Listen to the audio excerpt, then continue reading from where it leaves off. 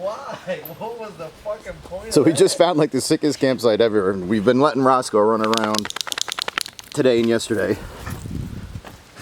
And he's covered in mud. He just literally just jumped right into the swamp. Look at that butt. Come here. Don't even fuck around. Come on. Look at you. You're filthy. So it is the middle of the week. It's Wednesday, August something, and part of the stuff we were talking about last night, like at the campsite, was like how did we get here? Like how did we end up here now? You know what I mean? Like what's the story? Like what's the longer part of the story? How do two people who both had like pretty good paying jobs, you know, pretty nice setups, pretty nice rigs, love for camping, love for overlanding and stuff, you know, how do two people where normally we would be working end up in the middle of the woods in a random place in Michigan, you know, at a campsite where there's, you know, nobody here. It's a beautiful spot, and we just got to thinking, like, what does it take to, you know, be able to enjoy something like this, like, full time? Like, what does it take to, you know, not have to just slave away to make somebody else money every day and, you know, pay bills and run up credit cards and, you know, get the bigger house, get the nicer furniture, get the nicer car. You know, what does a guy have to do to be able to just enjoy life? You know, everybody's timeline is limited. You know what I mean? Like, do you just keep working and you never know how long you're going to be alive, and you put things off till later? You know, kind of. Oh, I gotta wait till I retire before I can enjoy life. I gotta wait till I retire to buy an RV or buy a boat and sail the world. And I mean, is that what it's really all about? You know, you have so many what ifs. Like, what if something happened? What if you got ill? What if family got ill and you can't enjoy things later on in life because you spent time taking care of other people or taking care of you know, financial responsibilities and things like that. You know, just in the past month and a half, I've spent countless hours rebuilding my resume. You know, losing your job unexpectedly, like, you don't, at least me personally, I don't just sit around and keep updating my resume. You know, I wanted to make sure that thing looks good. And when you're applying to different jobs, you know, different jobs have different needs and different expectations of what an employee can bring to the table. So I don't feel like a resume is one size fit all. So I've done multiple versions of the kind of the same resume and kind of, you know, explaining certain skills that I have depending on what the job is that I'm applying for. And I haven't heard back from anybody. I've applied at, I think, 12 different places, and the only place I heard back from was unable to open my resume because of the format that it was in. So it's just crazy. Like, I've got this cool YouTube channel going, and you know, there's people following me, and we're going on all these grand adventures and stuff. And I know a lot of you are home dealing with all the responsibilities that I'm talking about. And you know, I have this like other responsibility where I feel like we need to keep the channel going, and we need to keep moving forward, and we need to keep doing cool things so that you guys can kind of see us traveling and see us doing things, and you know, the trials and tribulations of that, and you know, the real side of things. And so I just keep putting thought into how do I make this work in a way where it actually generates income so that we can even afford to keep doing this, because the expenses related to just overlanding all the time, or going on these giant like 30-day expeditions and crossing, you know, 6,000 miles on a trip, the totals and the costs add up really quick. It's like, yeah, the feedback we've gotten about TrailSpinTV is that, oh, those guys, you know, they're doing it the right way, they're doing it the real way, like, you know, no experience and just going out there and doing things. And you know, they're out there proving that you don't have to have an expensive rig, and you don't have to have a ton of gear, and you don't have to have all this stuff to be overlanding. And that's true. You don't need all that stuff to go overlanding. Like, you don't need that stuff to be an overlander. You can hike out to wherever you want and camp and do all that stuff. The fact of the matter is, when you're doing cross-country expeditions and things like that, the costs, they add up really quick.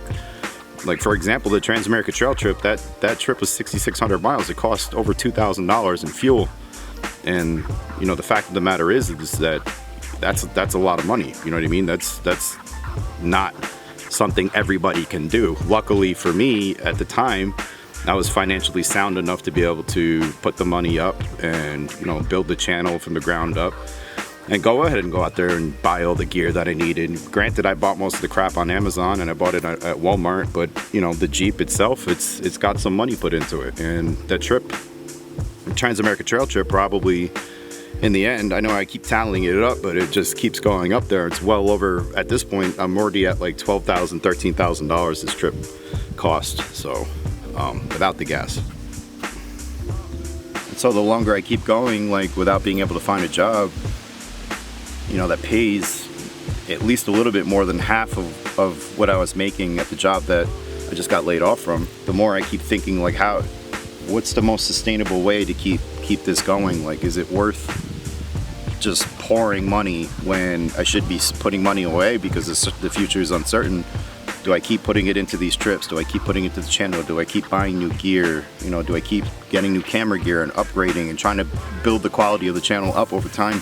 Or do I pull the plug on the channel and just, you know, camp when I can and, you know, and just enjoy the fact that it's nice to be out there in nature without having to worry about how's the channel doing, how many views are we getting, are the people that are subscribing, are they happy with the direction that the channel's going and things like that. So just kind of took this break to just kind of get out here and just enjoy it, you know what I mean? Like, I left the house and my wife said, you know, are you gonna make an episode out of it? It sounds really cool. And like, yeah, of course, like I'll bring the camera and stuff, but there was also a part of me that just kind of wanted to like get out here and enjoy our surroundings, find somewhere beautiful to kind of hang out and reflect. I mean, Leo that I'm here with is kind of going through the same thing. Like he's looking for jobs that are gonna pay him what he's worth, and you know, he's worth a lot. He's good at a lot of things. And people like me and him, we're kind of just pretty good at a lot of things, but not any specialties or anything like that. Me personally, I didn't go to college. Like I went to community college for a little while, but I didn't like graduate with a degree. So when you're job hunting and people want these like crazy expectations, you know, 7 years experience or a college degree. And I saw this one job that was for a product manager, which is what I do. It's my specialty. I didn't go to college for it, but I did go to some specialized courses for it that cost a lot of money. And they wanted a master's degree or 10 years experience on top of a CDL. Like who gets a commercial driver's license and a master's degree? Is that like some kind of blue collar stuff where like, oh, I'm half blue collar, I'm half like white collar, like a master's degree and a CDL? It's just the expectations of like what people want out of people for as far as employment is just kind of crazy. So we're just tossing ideas around and just trying to figure out how we can get this channel into a place where it starts to generate some sort of income. I mean, I know I got to focus on like making t-shirts and selling stickers, and it's just not going to be enough to do like big expeditions like this SEMA trip coming up. The SEMA trip is 6,000 miles. So I already know it's going to cost around $2 grand in gas. And I bought a gimbal specifically for the trip. You know, we've got sponsors lined up and stuff like that, and nobody's giving cash. So we're thinking about trying to move the channel more towards Patreon, where subscription-based service where the viewers who are paying us monthly can actually get more exclusive content. And we'll talk more about that. So where am I even going with this? Like, I mean, I'm not looking for a handout, you know what I mean? Like, you've rarely ever heard us talk about, you know, how you can help us financially.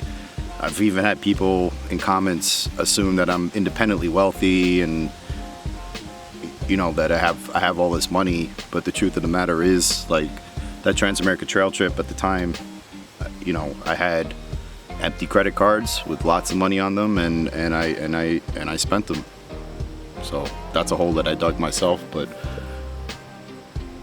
if you are looking for ways to help us grow as a channel and maybe hopefully live the dream of, you know, turning this into a full-time thing where we just produce content for everybody and, you know, you guys get to keep watching the channel, you can help us by heading to Amazon and searching for TrailSpin and buying the t-shirts, or go to patreon.com/TrailSpinTV and make contributions that way. We've got different like tiers set up on there, but that's going to change a little bit.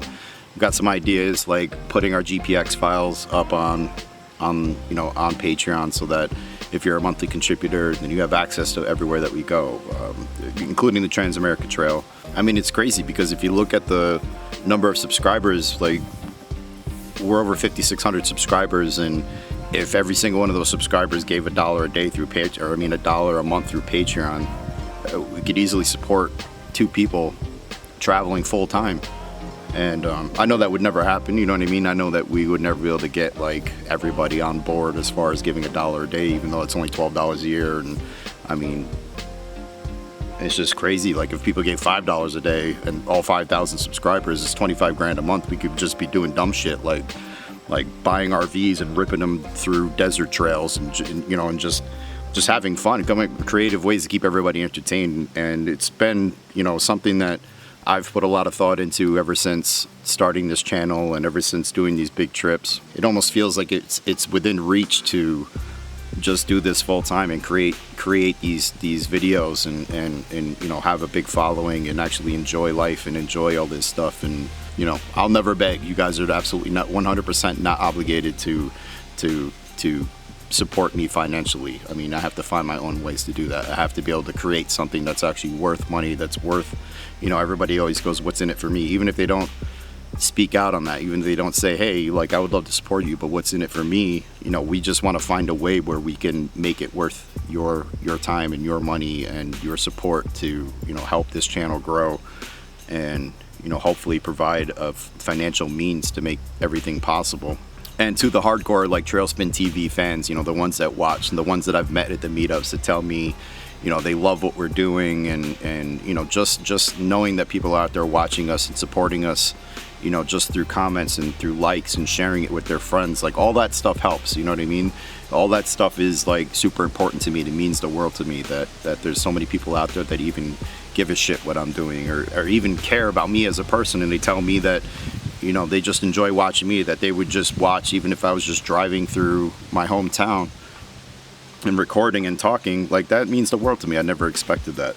So just keep doing that. Keep us in your thoughts, you know what I mean? And if you want to help us out, like I said, you can totally do Patreon. Go to patreon.com/TrailSpinTV.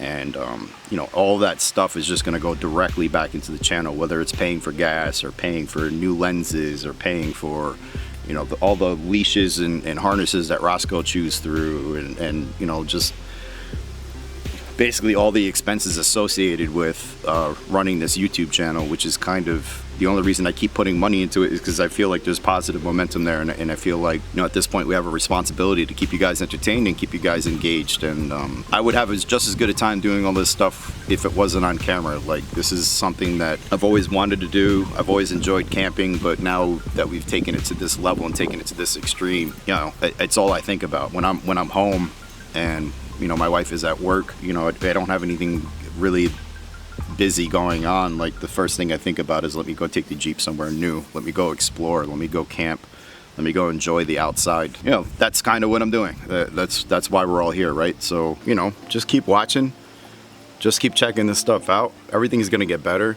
We are definitely doing that trip, this Expedition SEMA trip with Aaron Brown from the Garage Crew.